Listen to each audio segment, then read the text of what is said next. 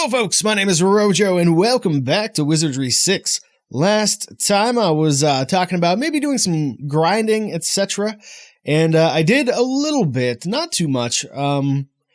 Gertrude is level 7 now, and I think Ulu and somebody else, maybe Elise? I'm not sure. Somebody else got a level or something like that. I'm pretty sure Ulu did. And basically everybody is now in a position to change class. I'm not going to do that just yet. Actually, I think I might do... Let's do one person. So Fenpo here is a bishop. And that is... It's an interesting class. You might be better served by just being a mage first and then being a priest, as far as getting more spells and everything. And the only real reason I started as a bishop is because you start with high int and high piety, just because the class requires high stats in those areas. But also you start with the mitre hat as well, which is just, it's not that great of an item. I just wanted it. That's literally it. But the thing with the bishop is, yeah, he gets spells pretty slow because he's always alternating between mage and priest. And the other thing is that bishops have terrible attack stats. So every time you level up, you get a reduction in your percentage mischance, and it's somewhere between 1d3 and 1d4 plus 2, depending on your class. And bishops are on the 1d3 side of things, and that's not very good. And that stays with you forever. So even when you change class, you don't get to re-roll per se until you've met the level of your previous class. So once we get level 6 with a new class on Fempo, he will get to roll another die based on his new class. And then the following levels, he will get to roll again and again and again as he levels up, until he changes class again, at which point we'll have to wait for the new level, and it sort of repeats. At least until he matches his second class's level. Hopefully that makes some amount of sense. But ultimately Fempo is going to be a fighter, and so having him continue getting these terrible 1d3 mischance improvements are it's not good. Let's put it that way. So we're going to make him a monk now. And that's going to completely mess up all of his gear. He can no longer wear some of his old gear. But we can equip him with a quarterstaff still, which is nice. And apparently nothing else. So we need to sort that out. Now, monks use the psionic spell book. So we'll get some psionic spells eventually. But they also... they're sort of like ninjas. They get the ability to critically hit. They can use ninjutsu to hide. And they get an AC bonus based on their ninjutsu skill. So that is important to keep in mind. Now then, we need to exit and let's review. Let's see, who has a hat? Yeah, she has a hat. So we can... at the very least, give him a hat, still. I'm not sure if we have any other gear. I'm hoping we still have some robes, at least. Because I'm pretty sure just about anybody can wear robes. Just going to put all this shit in the swag bag real quick, just to clean out our inventory while we're doing this. I don't know why I have a longsword and a bastard sword. I should probably sell those. Let's see, who else is there? Oh yeah, I also put Alima up front because she has a pretty good AC in all fronts, as you can see. Whereas Nerb here, while he has more hit points, is kind of all over the place, and generally not as good. So that's why I changed the order a little bit for now. No, I think we probably put that in there. Razor stones, I don't even know what those are. Maybe like sling bullets or something. What about... no, I was just looking at Nerb Ulu. Let's see. No, you don't even have any swag at all. Here we go. That's not quite what I wanted to do. Let us review Elise. Ah, we do have robes. Good. I was hoping that I'd save some specifically for this purpose. Actually, I guess we can add in, put in the silver key and remove these, and now we can trade with Fempo and give him some clothes to put on. It'd be good to get him some sandals too, if possible, but this will be good enough for the moment. We can actually make our way down to Queequeg if we want to. Let's see, swag, add. I'm going to hang on to his quilt gear for now, but I'm not sure how much of it we're actually going to be able to use in the future. Let's get that out. Okay. Now let's equip. Skull cap, robes, and robes. All right, not quite as well armored, but equally well armed at the very least. Now we're going to stick him with a quarterstaff because he's still going to be in the back, even though he could use like hands and feet if he wanted to. It wouldn't be the worst thing, but the quarterstaff will be fine for now. Let's see here. Queequeg. Queequeg's going to be down this way. And so now that he's changed his class, he's going to level up as if he were a level 1 character. So this is kind of how you get your characters to be really powerful. You just kind of keep changing their classes over and over. And they get more skill points, more skills, all that kind of stuff. And makes the game theoretically easier as you continue to do this. But let's see. Give me some sandals. Sandals. Oh, he's got some. Oh, there we go. Some sandals. Yeah, good. Is there anything else in here? Probably not. We could get him a bow staff, actually. That might be better than the quarterstaff by a little bit.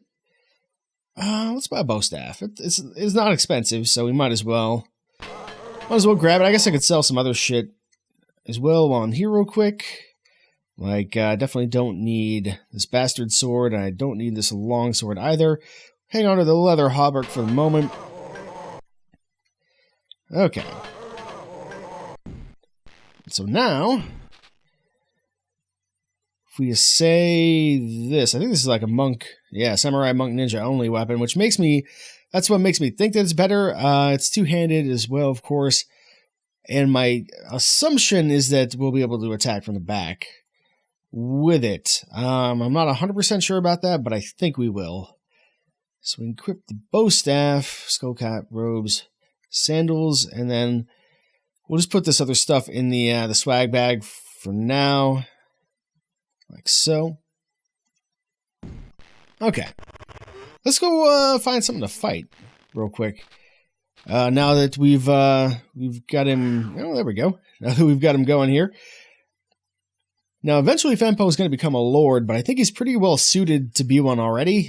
He's just going to need probably some more int, I think. I'd have to look at his stats again. But that and maybe a couple other stats, but he's going to be in pretty good shape, sort of right off the bat here. Now, this does affect his spellcasting ability. For example, if I want to do Energy Blast, you can see he's got all of his mana, but he can only do up to level 1 Energy Blast right now. That's it's not good, but he'll get his casting ability back as he levels up some more. So we don't need to worry about it too much. And there we go. Let's go ahead and do our first battle with him. He's gonna level up, like I said, pretty quickly because you start as a level 1 character again, basically, which means he doesn't need that much XP to increase in power anymore. So we're gonna go up here. We're gonna go to the back to the belfry. This is where we started the video, of course, right here, and this will guarantee us some more fighting. And actually, I'm trying to think. Yeah, his int's pretty low. He probably needs more personality as well, because the lords are sort of like paladins, I guess. But I wanted to see his HP. His HP are 26. I think he'll get a boost in HP for being a monk, because I think they might have a little bit of a better roll for HP, or better die, I guess. I'm not exactly sure how that works, to be honest, but hopefully it sorts itself out.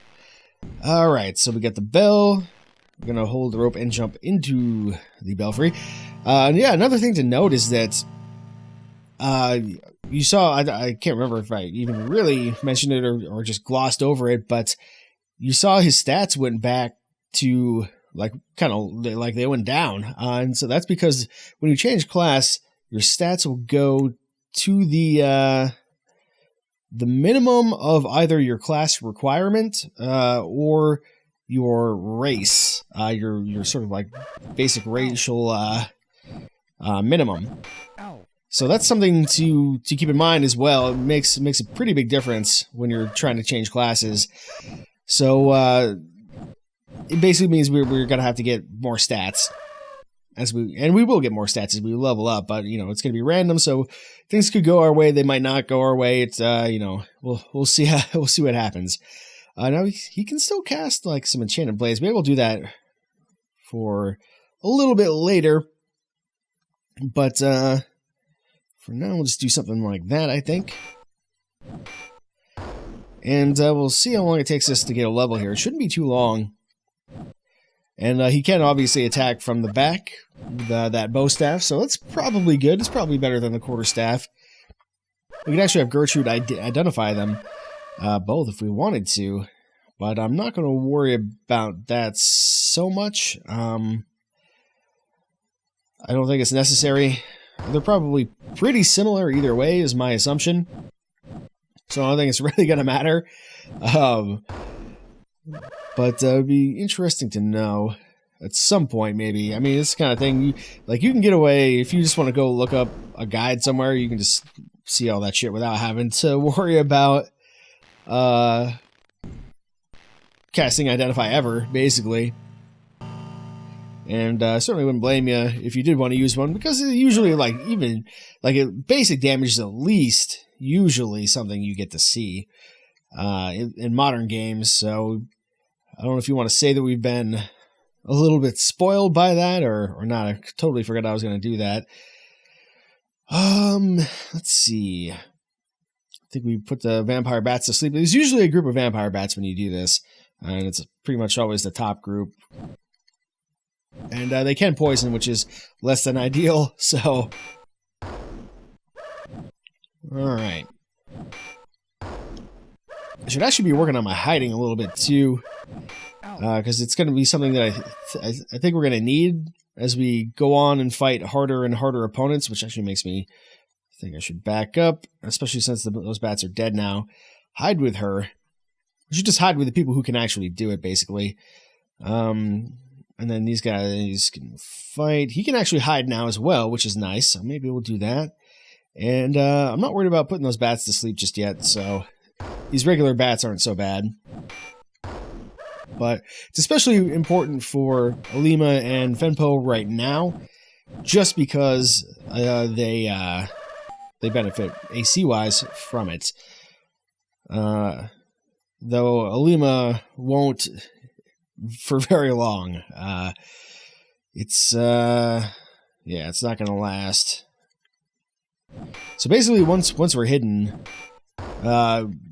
we can sneak attack enemies, and if we kill them in the same attack, then we stay in the shadows. And I think we get bonus damage when we attack from the shadows as well, which is nice.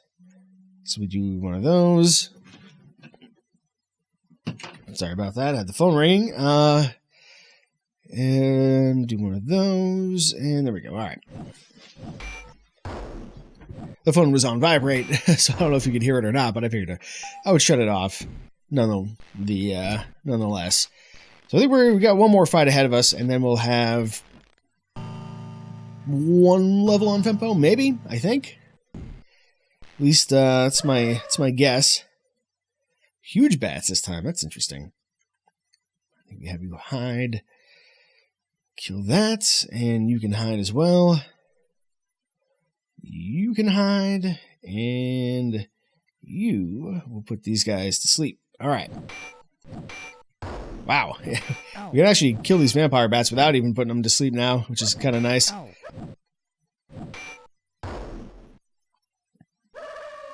Nice. All right, yeah. So do that. I think I probably won't put the huge bats to sleep based on that performance. You can hide, and you can hide. All right. I think the Enchanted Blade helps quite a bit, even in just like a level 1 Enchanted Blade. At least it seems to.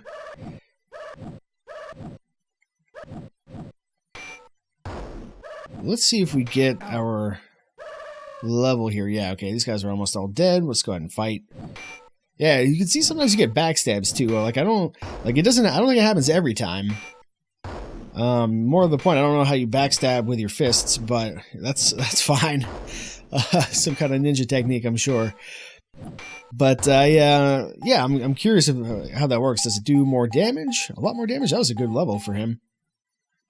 And you can see we got 5 skill points. And we have ninjutsu. Put like 1 point there. And we have Kirijutsu. Put 1 point there. And now we have, not only do we have Thaumaturgy and Theology, we also have Theosophy, which is the psionic sort of spellcasting skill. And as we get that higher, we'll be able to learn higher and higher level spells. But not just yet.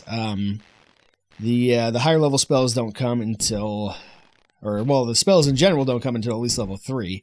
But anyway, I think we're gonna call it maybe like a shorter episode here, and I'm going to do a little bit of fighting to continue leveling up Fempo to get him like a little bit higher, get him at least a level 3 or 4 probably. But hopefully this served as sort of an overview of how the class changing works, and then I'll be able to just kind of do that with the other characters. I think I'm going to wait for the other characters until after we've sort of left the castle, in the sense of not like literally left, but once we've like gotten to the point where we can leave, and we've killed like all the bosses here, then I think we'll do some more class changes, and then we'll sort of move on from there. That's my thought anyway. We'll see. I may change my mind about that between now and even the next video. I'm not sure. But anyway, until next time, my name has been Rojo, and thanks for watching.